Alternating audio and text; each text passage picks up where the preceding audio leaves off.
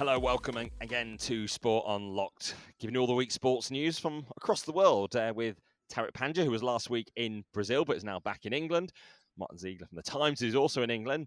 But myself, Rob Harris from Sky News, currently out in Qatar. Yeah, Rob, you've been making waves from over there. There was keen to hear what you found, but I was particularly interested in that interview you did with Nasser Al Khater, the man organising the World Cup. Yeah, he's obviously someone that we've encountered for, a dozen years, haven't we? Yeah. All covering the bid and then into the tournament delivery itself. And obviously, we're very much in that sort of final phase now. And it's interesting what you use that interview for. And largely, we were talking about some of the ongoing issues like the Worker Compensation Fund, the demands from the European FAs, England and Wales in particular, for actually greater compensation for workers. Also, those concerns, although slightly vaguely expressed, about LGBT rights from the players who are wearing those One Love rainbow armbands. But one of the things that's striking is perhaps it's quite unusual at times to hear from the Qatar World Cup leadership because they haven't been sort of constantly vocal, as often we get sick of World Cup organisers speaking in the build-up to other tournaments constantly, do we? Yeah, that's been interesting. Weirdly, for me at least, they were speaking a lot more at the start of this process when the World Cup still had to be played in Russia, for example, um, and and generally in the first half of this 10-year build up to the World Cup.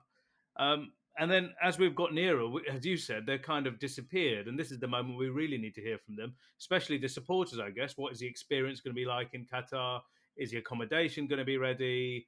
And on and on and on. The interesting thing I think about Nasser Al Khater, who is you spoke to, Rob, did a good interview with, I would say, is he seems to be sort of being put out there by the Qatar organising committee to be the sort of provide sort of forceful rebuttals to various things that pressures that are coming on from football teams, international teams. I mean, he did something with Carve Solikol from Sky Sports News, and around the time of the draw. So it does seem as though they're sort of he's being used as someone to sort of make a sort of strong points in their favour, rather than the sort of more diplomatic approach that they've taken. Rob, on the ground there, what does it look like a month before the World Cup? Well, it's fairly quiet at the moment. It's often hard around Doha itself to get a sense of busyness, although the rush hour isn't as bad. The traffic seems to be alleviated, which perhaps suggests the roads are now starting to be completed. People are going onto the metro. You see some skyscrapers draped in pictures of players, but there isn't like a flood of merchandise in places in the sort of the cafes, the bars, the hotels that I've been in. You're not sort of seeing World Cup branding everywhere or wall charts. It's a lot more restrained, I would say, than perhaps we might see elsewhere. Although, of course, there is still more than 30 days to go. So time for all that to sort of take hold, for the flags to maybe go on the cars, etc. Yeah, and well, it also speaks to the unique nature of Qatar. Population of about just over 2 million, and about 350,000 of them are local Qataris. Everyone else is there pretty much to work and be based in Qatar, either in the service sector or in the construction sector, building this country. And I suppose in terms of World Cup fever, especially among the people, the majority, I suppose, on low cost wages, they're not going to experience much of the World Cup, are they?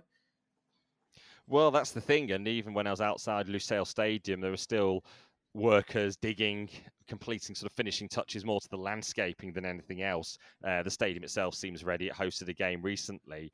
And you are wondering, are they going to get access to these games? Obviously, they did announce that low price category, but still, it's a pretty expensive for anyone locally to be able to get into matches. So, from that, Rob, do you get the sense that the World Cup experience, or this country that's been built, we're not going to know anything about what a World Cup there is going to be like almost until the day before, when fans start arriving.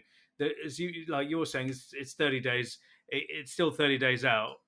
In a sense, a long time, but in a sense, not a long time. And we really don't know what we're going to expect there. Is it going to be able to fit all these people in, for example? Because right now, no one's there.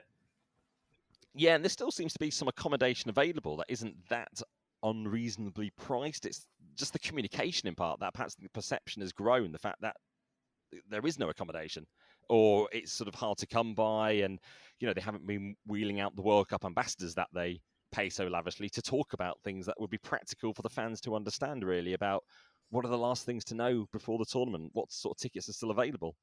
Yeah, I think part of the problem, though, has been perhaps out of the Qataris' hands and more in FIFA's court. They block booked a whole host of hotels, thousands of rooms for their needs. So for the tournament organisers and the fans, the players, sponsors, etc. The FIFA delegations, and they were only released uh, very recently. And I suppose that's where this new capacity might come from. And wasn't available before, because I've heard anecdotally from people from all over the world, really, that they've got tickets but they can't afford to get there, or that when they went on the accommodation website, nothing was available at the time. So there's probably a few people who have given up on the tickets they've got and aren't going to go. Yeah, and you really think the sort of Qatari experience for many will be defined by the sort of coming weeks. How many will be coming back to the country? How many will sort of switch off? So this is the moment to sort of shape perceptions if they want to really give a sort of different image of things. And there hasn't been a sort of flood of messaging exactly from Qatar, and it's hard to imagine sort of here at the moment. Just this is going to be the centre of the world's attention in a few weeks.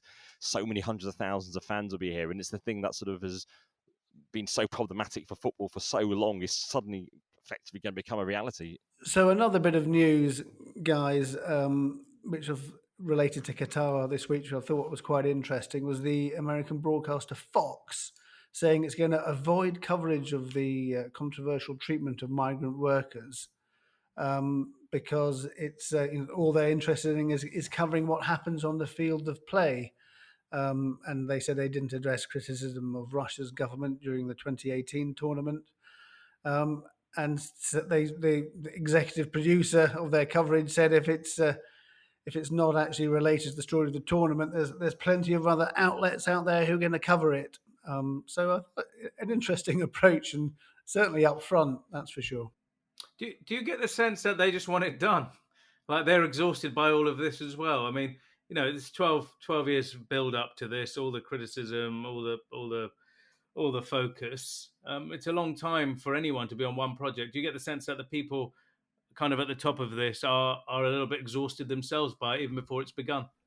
They certainly seem exhausted by some of the criticism, but then what could they expect? They've had to change things like the labour laws, which means it's been justifiable, that sort of criticism and that pressure. And now they sort of celebrate how they're the sort of leaders in the region with the labour reforms that they've put in place. But that was all because of the criticism, and also the fact that we still have, the unanswered allegations of wrongdoing, particularly from US prosecutors who have alleged within cases about just how Qatar did buy this World Cup. And that's why you do tend to get tweets from the Supreme Committee. The responses reference things like worker deaths and corruption, don't they?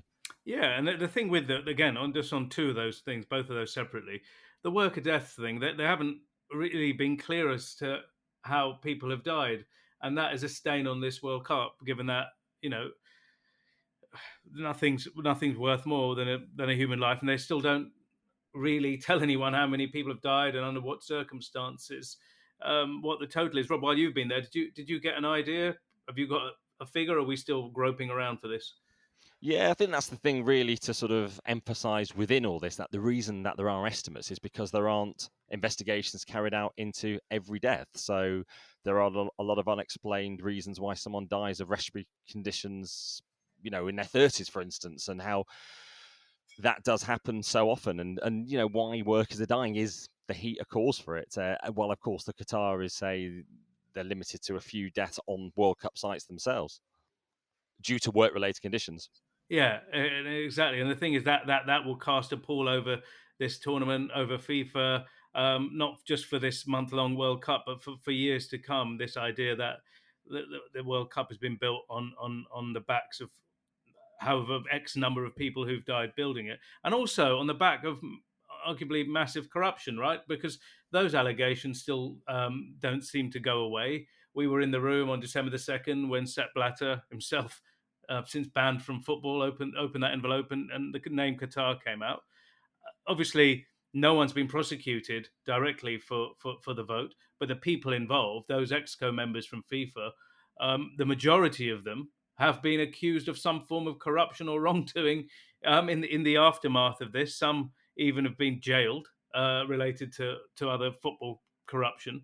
And the Qataris, obviously, they'll keep denying it, but Rob, it's hard to look past the fact that Qatar, among the bidders for that tournament in 2022, seemed the most outlandish, almost ridiculous place to go when they were bidding for a Summer World Cup in June and July.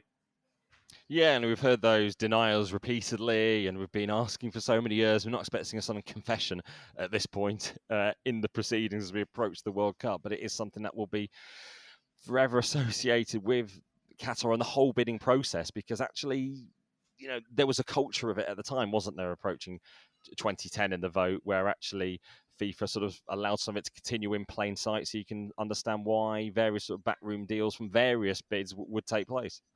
Absolutely. Of course, another Qatari at the time, Mohammed bin Hammam, who was the president of Asian football a year after that vote, was was caught in a scandal in which envelopes stuffed with $40,000 apiece were being handed out to Caribbean voters ahead of his challenge to Sepp Blatter in 2011. So you talk about culture around FIFA.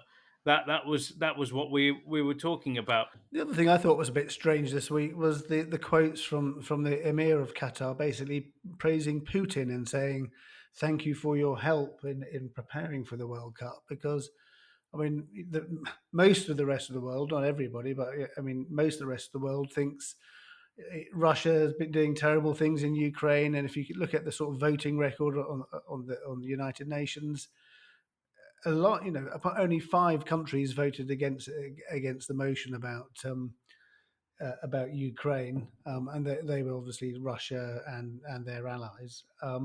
So for Qatar to sort of position themselves as being sort of supportive of Russia or thanking Russia, I thought was a bit strange too. Rob, while you've been there, just let me ask you. We all know that Qatar has a famous resident now, at least for the last few months, if not a bit longer. Did you bump into a certain G Infantino at all on your travels? Unfortunately, our paths didn't cross. I believe he left town just as I was arriving. Maybe he got early warning of my impending arrival. Spooked. Yeah, Rob and his microphone's about to get him.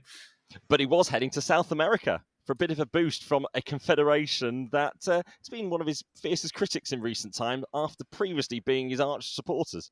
Yeah, again, football politics writ large. Yeah, I was surprised and not surprised here. CONMEBOL, the South American Football Confederation, 10 members, big teams there like Argentina and Brazil, gave their unanimous backing to Gianni Infantino. He visited CONMEBOL, I think, in Luque in Paraguay, where they're headquartered. But you know what? The weird thing here is, for months, the CONMEBOL folks and people within that organization have been sort of lobbying quietly and presenting their fury privately about the fact that there is pressure on national FAs to support Gianni Infantino. For example, text messages from his inner circle to confederation leaders asking them to sign this letter of support. There's like a pro forma letter. We've seen it in Africa. We've seen it in South America. I'm sure it's in Asia as well, saying, me, name the country, name the president, give my support to Gianni Infantino for a run at the presidency. And people at CONMEBOL that I'd spoken to not that long ago were furious about this. So, and here they are, back slaps all around supporting their candidate, Gianni Infantino. What do you make of that? Yeah, ultimately they just sort of don't bother putting up a rival candidate, or they know that they would lose. So actually they can't try to challenge Infantino's presidency. And suddenly we're left sort of trying to forget that. They're sending all these furious letters over biennial World Cups and things like that just a year ago, and it was really heated. And so much so that CONMEBOL opened this joint office with UEFA in London. Yeah, the saber rattling in sort of real form there, that building. We still don't know if anyone actually works there, do we, Rob? Have they got any chairs or desks there? You visited at one point, I believe. Yeah, never heard anything more about the office since being there for its opening back in April. Actually, having come from Qatar when we've been at the World Cup draw in the previous days. Well, there has been another draw taking place far more recently. And Martyn, you were out in Frankfurt for the Euro 2024 qualifying draw and the UEFA meetings that were taking place on the sidelines. Yeah, so there was the day before the draw in Frankfurt that there was a meeting of all the UEFA national associations, the presidents and the general secretaries or chief executives, and I think the sort of main thing on the agenda for them is trying to sort of drum up more interest in European qualifiers. It's fair to say that it was a struggle to get lucrative TV rights for the Euro 2024 qualifiers, even for the big countries. That trying to match what the deals were previously, it wasn't possible really. And I think the big issue was a lot of these matches just aren't interesting. There's too many of them. It's almost like a procession for the bigger nations. So what they've decided to do, although it needs to be rubber stamped, is to have smaller qualifying groups. So we instead of groups of 5 and 6, we were going to have groups of 4 or 5. Most of them will be groups of 4. Fewer qualifying games. You still have the opportunity for big countries to play small countries, but not as many. And more Nations League games, so pitting the bigger countries against each other, and perhaps more knockout Nations League games, which might drive up the interest there too. Where they also decided not to expand the tournament to 32 teams from 24, just because that would make the qualifying competition meaningless and even less attractive to TV companies. So I think they're sort of doing these tweaks, but it is interesting that they're not, they realise, despite the fact they've expanded the Champions League, that bigger is not always better. The members there did also give their backing for Alexander Ceferin to continue as UEFA president, a term that began in 2016 after Michel Platini was banned. Will now last, it would seem, until 2027, with another 4-year term from 2023. He's unopposed, and that would mean that Ceferin actually serves longer than Platini as the boss of European football. Yeah, he told the national associations that he's going to run for re-election again in March or April. I can't remember which one it is, but so we will have both Gianni Infantino re-election as FIFA president in March, and then a few weeks later Ceferin at UEFA. So I think it'll be a sort of elected by acclaim, or whatever they say, applause for both of those. And he didn't make a big song and dance about it. There was no sort of dramatic announcement, no sort of press conference. It was just a sort of told the national associations that's what is going to happen, and they put a press release out about it, and that was it. Always ideal to try and hear from them. Maybe things might go a bit quieter. They have those post-2024 Champions League reforms in place for the men's competition, which really do change things. But the focus there was on Euros qualifying. And what was it like around the sidelines of the draw?